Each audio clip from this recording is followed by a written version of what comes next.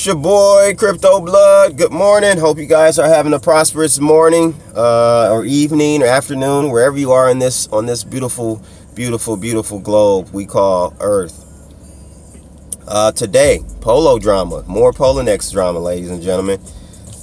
This time is with a company who actually had their investment cache held at Poloniex.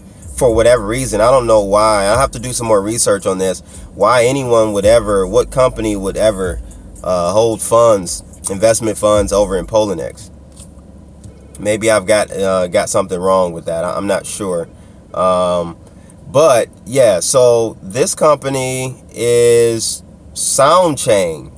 Soundchain is they're doing a decentralized music sharing buying platform on the blockchain.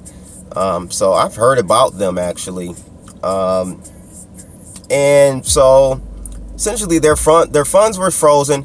No email, no notification or anything. It just came out of the blue, and it started to, at first, they reached out to support, tried to figure out what was going on there, and of course we know how support with Poloniex is.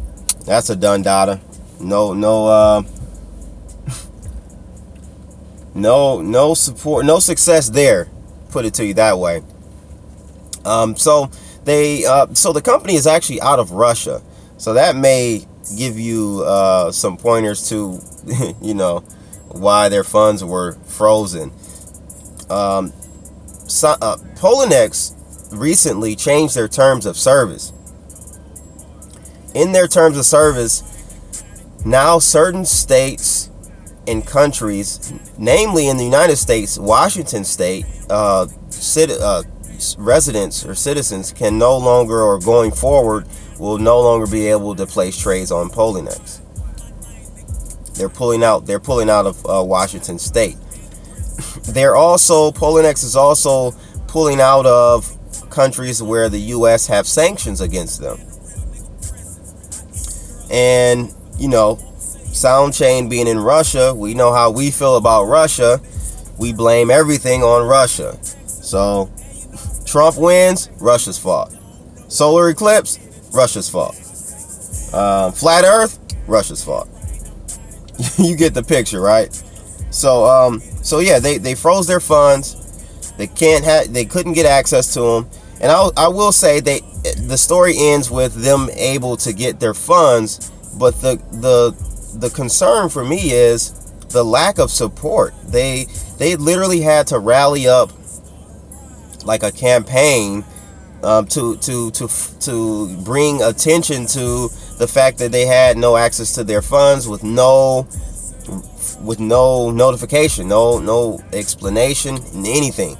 So they eventually were able to get through Poloniex support on the Russia side and retain their funds back. But I just tell you guys, please be careful with Poloniex. Not just Poloniex, please be careful with all exchanges. Don't trust any of them. If you trade there, make the trade, send your funds back to your wallets, your personal wallets, and just be responsible for your own funds. Second thing, this is a quick note. I don't know if you guys saw Ethereum Classic up 25% in like 30 minutes. I was like, wow. I actually traded Ethereum Classic a few months ago when it was in the $8 range. I started loading in. You know how I do. I like the dollar cost average in, so I was loading in at $8.90, $8.60, $8.50. I was just loading in that $8 range.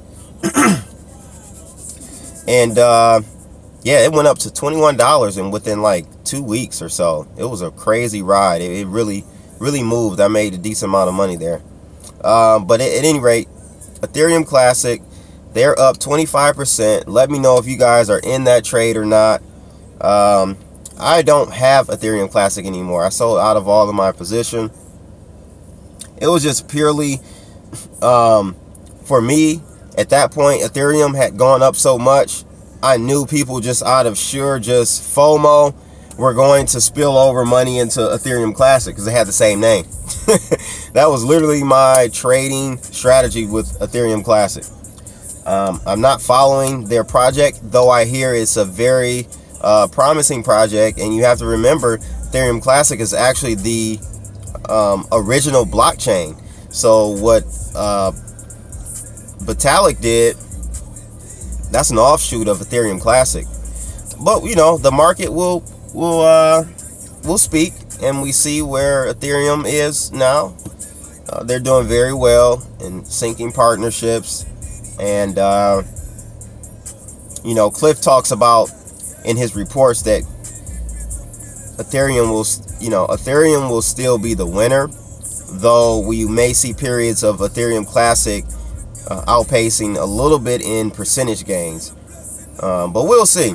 I think Ethereum probably, just with the momentum that we have, the engine is going. So I don't see that stopping, and I don't see Ethereum Classic may take a little market share, but Ethereum's got other competitors to worry about other than Ethereum Classic, like Neo and EOS when they finally roll out their platform. So yeah, so Ethereum Classic is up 25%. We think it's because of a North Korean exchange called Bithumb. They're the highest volume trading exchange, and they're also the reason behind Monero's jump in the last few days, because they announced that they would be supporting Monero on Bithumb. So it's believed that Monero, and it was believed that Ethereum Classic is now the next coin that they will support. So we will see, ladies and gentlemen. I don't know. Let me know. I'm not in it. I missed it. So that's about it for today, ladies and gentlemen. It's your boy Crypto Blood. Make sure you definitely follow me on Instagram, Twitter, and Steam it, and join me in that Webbot room. We're at 888, roughly 888. That's the goal, is the 888 number. I feel like we're gonna like do some like Super Sans power up move or something. All of us are gonna like just, I don't know, something magical is gonna happen at 888. But yeah, we have over 870 members in the room. So kudos everyone. We did get a little bump from from Food Coin, and I'll talk about that later on another day. But yeah, that's it, ladies and gentlemen. It's your boy Crypto Blood. I'm out. Holla.